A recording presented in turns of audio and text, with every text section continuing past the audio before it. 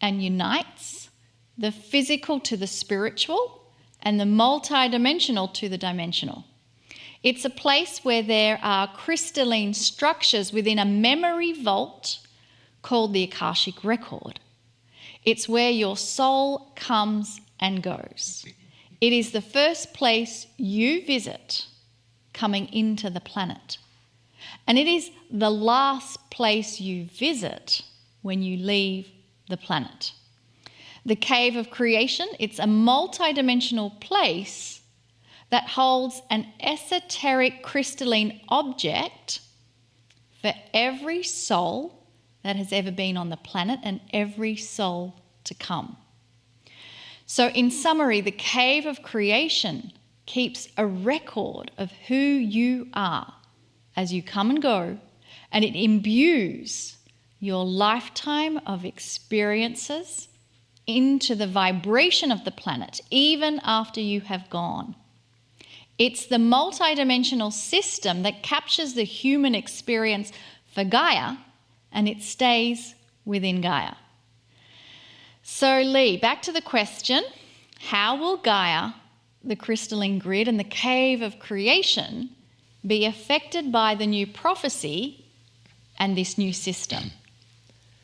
You know, what I really enjoy here is that we're seeing the awareness of those asking the questions. They've listened, they know what Kryon has said, and they're asking wonderful questions that I would ask immediately if you know, I had to ask the questions.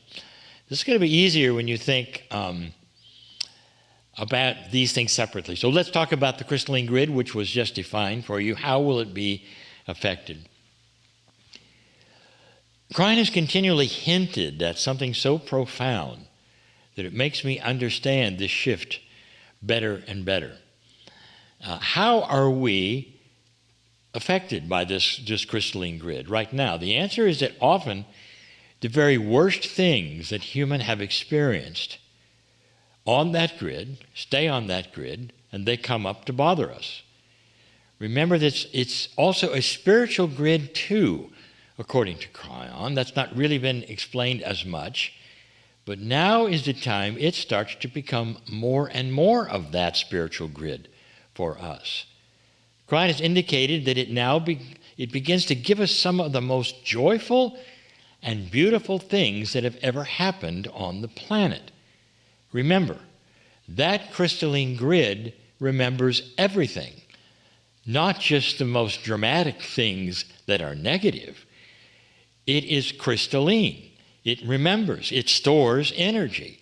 That means it stored everything, even the good things. It remains intact. This is the answer. Having collected all those things, both positive and negative, but now it begins to affect us all with full cooperation of Gaia in posturing our lives with more hope and peace. Did you get that? Remember one of the things in the last questions I said, that there are enormous energies starting to happen that cooperate with our consciousness coming from Gaia. Listen, there is help from others on this. It's part of the Kryon teaching some years ago about how this grid would be changed for us, by us, for some time, and that something else is going to happen. There are something called time capsules that were placed within this planet for a very good reason. We're going to go to that later, but there were time capsules placed here if we made it to the shift. And we did. Do you remember that? Maybe this will be good for another program, perhaps. In the case of the Cave of Creation, so we're moving on. That's all I'm going to say about the crystalline grid, is that it is starting to change and give us positive stuff instead of negative stuff. In the case of the Cave of Creation, I want you to remember something very clearly. The new prophecy is going to be affecting old souls, not the entire population of humanity all at once. Let me summarize. The prophecy was for old souls, not the way reincarnation is going to work for everyone. It's old souls returning, not everyone returning. Now, eventually, That'll be the way of it, this prophecy, but not until there's more substantiate awakening, a lot more substantial awakening on this planet. Therefore, for those who wallow in the old energy, like the old energy, perhaps they're newbies and they've come in and that's what they're attracted to, the old Akashic energy will still be influencing them both now and the next time around. It's important you realize that. So this new system is for old souls. Again, this prophecy is the beginning of a new system. Starts with the old souls, which is most of you who are watching this. So that system of the old Akash will remain active for some time for those who still need it. Then when it's time, are you ready for this? Because this is new information for me. That cave of creation will be closed, for its purpose will have been served. You'll know when it happens, for the planet will be celebrating a higher consciousness. That's the first time Kryon ever revealed that to me. I think that's because you asked the question. See how this works for both of us? Someday it'll close, like an old history book closes. I don't have any more information to give you on this, but I want to emphasize that humans will still be here, ascended masters all. Now let me turn to something very related. And this, again, it's the purview of Monica's research, and it's something we're gonna speak about in the future, perhaps an entire program. But it interfaces to all these questions about Gaia. And it's any discussion of the grids of the planet, it's there for it. In the year 2013, Kryon validated some areas of the Earth that were deemed to be part of an ancient system of time capsules that were left us by the star seeds, the Pleiadians. Now, this information was not given in a seminar. Instead, it was drawn on a napkin while Monica and I were in a coffee shop in Russia. Are you ready for that? This is so unusual, but that's the way it happened. The information was the result of an amazing story about our star family building and leaving for us a sacred system of energy that would help us clean up the planet's energy if we needed that, if we made it past that, which is a prediction of demise in the years of 2000 and beyond. It's a time capsule that would open at the right time. That's the kind of a time capsule it was. When we had arrived at the center of the precession of the equinoxes, 2012, and when the great shift was in full swing. That's now. That event has arrived right on time and coincides with the new Kryon prophecy that we're now discussing right now, this evening.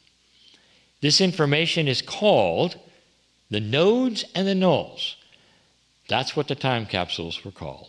And we haven't spoken of it much. But now we'll begin to teach more and more about it, for it's being activated and it's being felt all over the planet. So the information about the nodes and nulls is very recent, and I get very, very passionate about this subject. So I'm so glad that Lee mentioned it so that we can bring you more information. Now, while the information is very recent, the nodes and nulls themselves are incredibly ancient. In fact, they were placed here on Earth by the Pleiadians 200,000 years ago in case we would make it past a significant decision point.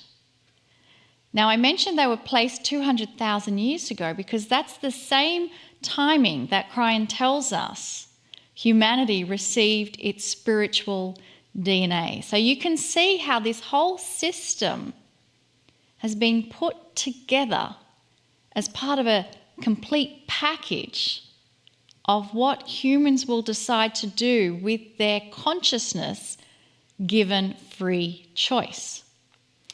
Now that decision point, that significant marker in time, Lee already mentioned it and referred to it. It's called the 2012 marker. And we have made it. We are still here on the planet without destroying ourselves. I think that's a pretty clear sign. We've made it past the marker. And because we've made it past the marker, that's why Kryon began to tell us about the nodes and nulls and why they are so important. As Lee indicated, I mean, you can think of them as time capsules, but instead of thinking them like the way we create time capsules, where it's a container that holds something from the past, you might bury it in the ground and hope that a future generation opens it and then they get information from the past.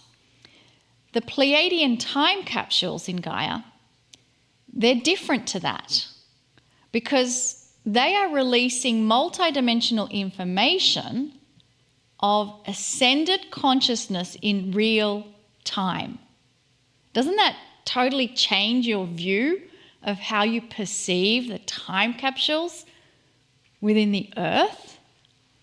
What I'd like to do now is to give you a quote from Kryon about the time capsules. Here it is. As the time capsules are slowly released, they modify the crystalline grid to help human consciousness shift and eventually create an ascended planet. The templates are not just information. They are quantum portals of Pleiadian life. Now, before we go any further here, I think it's really helpful if I show you a map where the nodes and nulls are located. So looking on the screen now, you'll see a map of the nodes and nulls, and you'll notice that there's actually 24 different locations.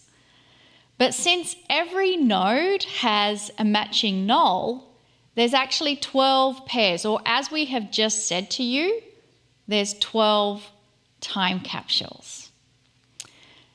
And I realised too that with the map, it might be a little bit difficult to discern what those locations were, and many of you are probably thinking, well, where are they? I need to know exactly where they are. So on the screen right now, I'm going to just have the table that lists the nodes and nulls and the matching pairs that they represent, just so you can get a visual of that. And again, you can take a screenshot of that, or you can visit kryon.com/nodes, where you will see the map and the table there. Okay, now that you've been exposed to a little bit of the location where they are, the first question most people ask is this. Well, what's the purpose of the nodes and nulls? I mean, why is it that the Pleiadians even placed them here? Well, here's the short answer. It's to accelerate the evolution of human consciousness. So are you getting that? Time capsules put here for us, if we make it past 2012, the time capsules are going to open to accelerate our choice to shift consciousness. That's the whole purpose. They are geared to push us into higher consciousness with the delivery of help and information, because humanity has been stuck in an old energy for eons. I mean, you've seen it, war after war after war, and we're still experiencing what I hope is the last wars the planet will ever see. That's part of an old energy system. But the nodes and nulls system, it's part of an energy that is needed to allow humans better choices to create a faster change of consciousness. And it really becomes like our power tool to go beyond darkness. So naturally, the next question is how? What's the process and how do the nodes and nulls work? Well, each null is collecting the negative energies that are on the grids of the planet, and they're pushing all of the negative energy, just like a vacuum cleaner, sucking it up from the grids, and then pushing it to the nodes, where because the nodes are so sacred, that energy, the inappropriate energy, becomes burned up and transmuted. Again, because of the sacredness that exists within the nodes.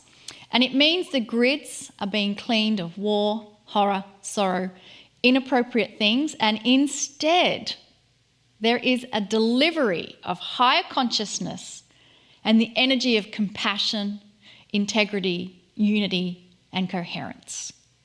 So here's another question that's often asked. How does humanity receive the quantum information being released by the nodes and nulls? Well, the answer is that with free choice, always with free choice, humans can receive higher consciousness information from their 24th chromosome pair. That's always been the design. Within the 24th chromosome pair are the seeds of mastery, and this pair represents the time capsules within your own DNA. And within this time capsule is the template of ascended consciousness. And the result is the delivery of wisdom and mastery and enhanced intuition.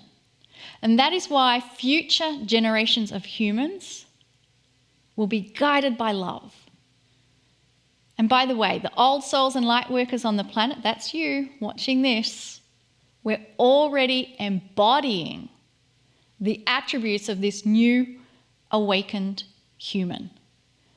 And that's why I say you are absolutely in the right place at the right time. And I think, Lee, it would be fair to just say that is why I'm so passionate about the nodes and nulls information, because it really connects the dots as to why Kryon says light is winning. You cannot hold back the tide. It's like the ocean tide is coming in and people are busy building walls to try and stop the tide from coming in, but it's too late. You know, what I like about the information and the answers that have been given today, and I rarely say this, but think of a newborn baby coming into the planet in a generation or so, not having to have this crystalline grid remember all the wars, have all the negativity.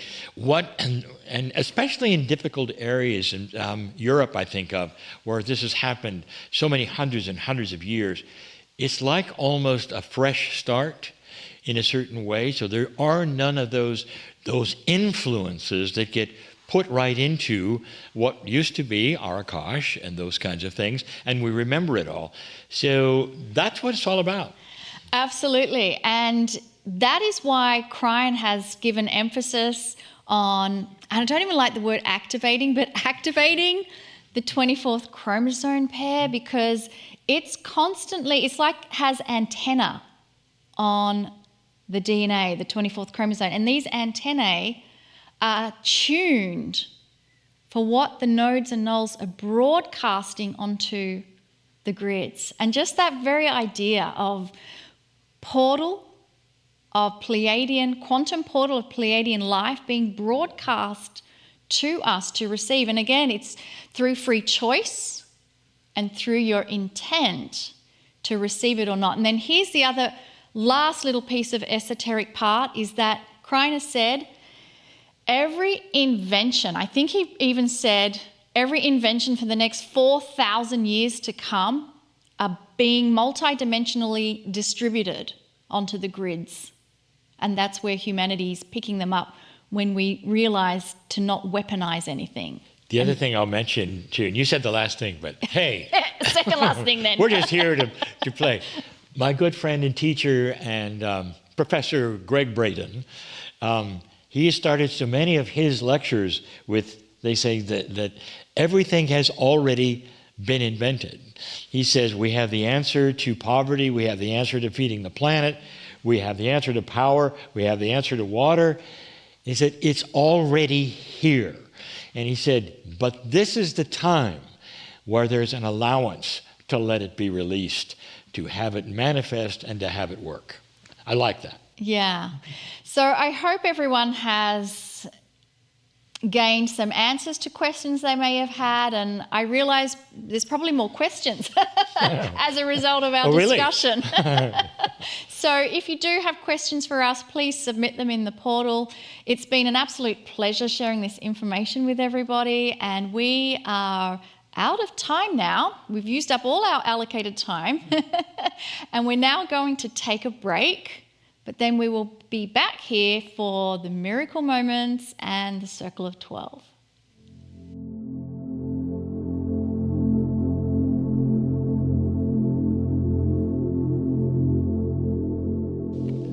Hey, welcome back. I hope you enjoyed our time together in this, I think I'll call it the first Fourth Wednesday Forum. That's a tongue twister.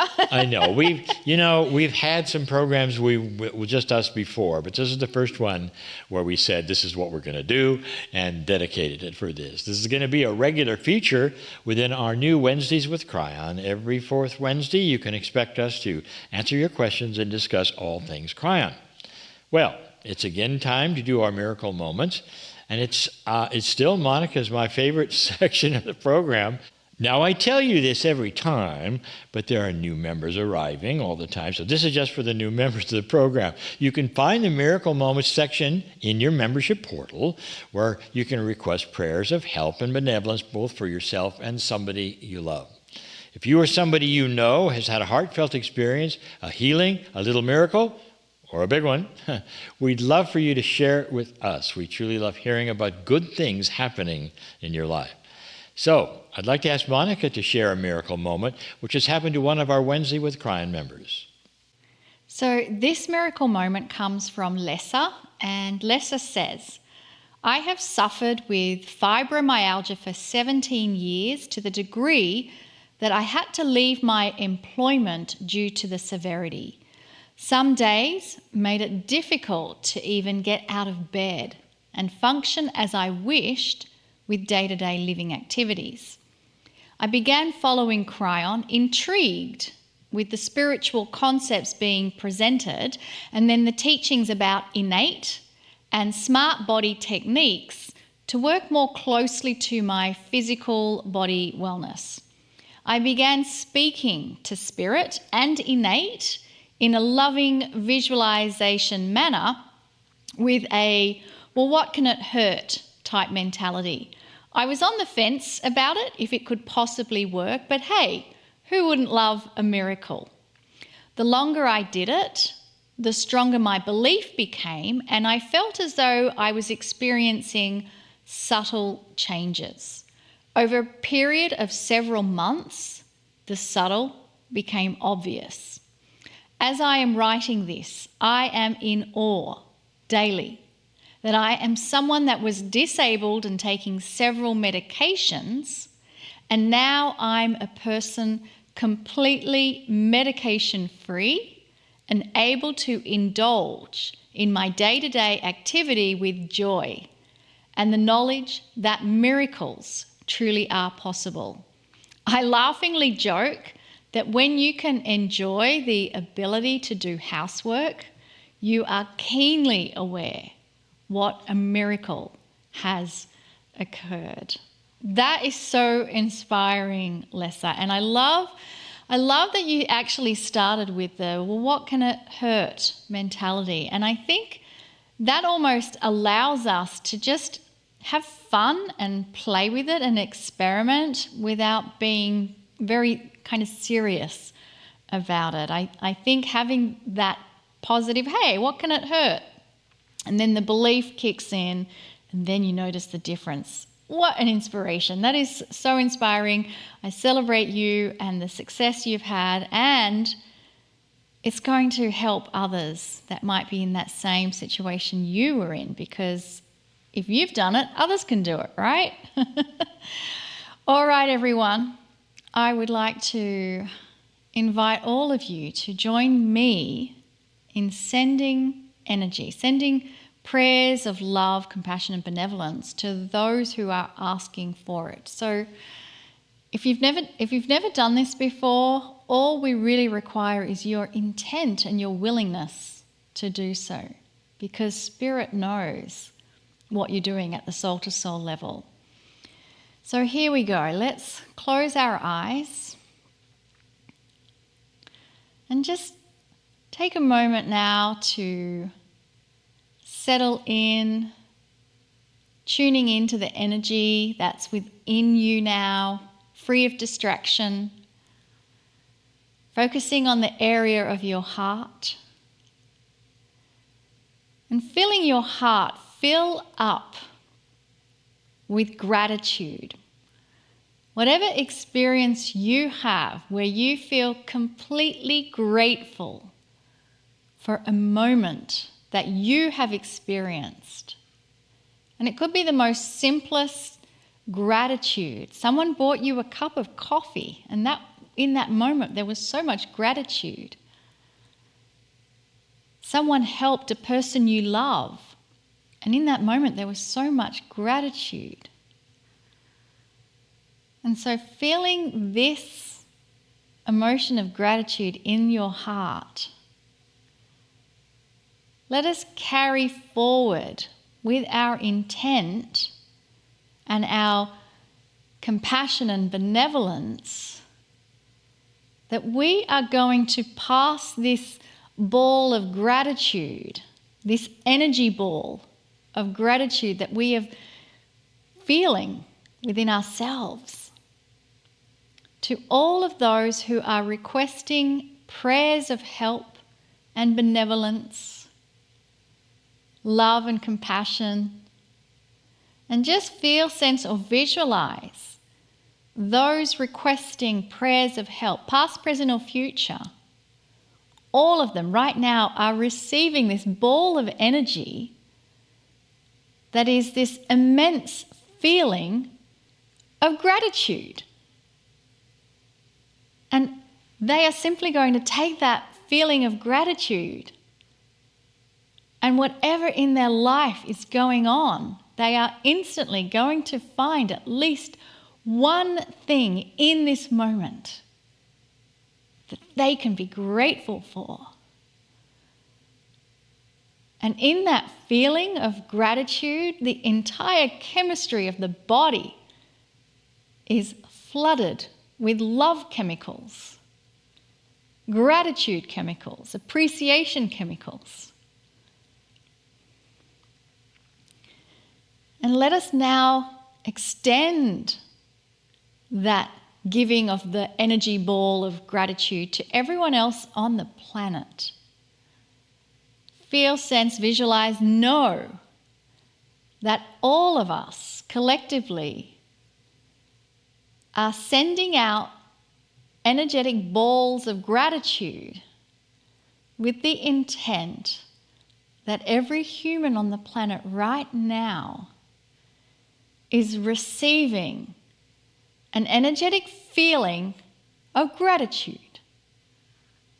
For in every person there is at least one moment that they can connect with an energy of gratitude, a feeling of something they are grateful for. Beautiful. Thank you. Thank you for this gift you have given. And from this energy of deep gratitude, let us gratefully move to Kryon and the Circle of 12.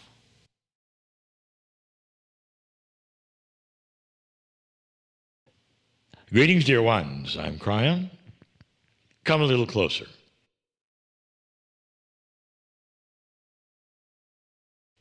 In the gratitude that you might have for your life, for the love that Spirit has for you, we're going to have indeed still another experience with the Circle of 12.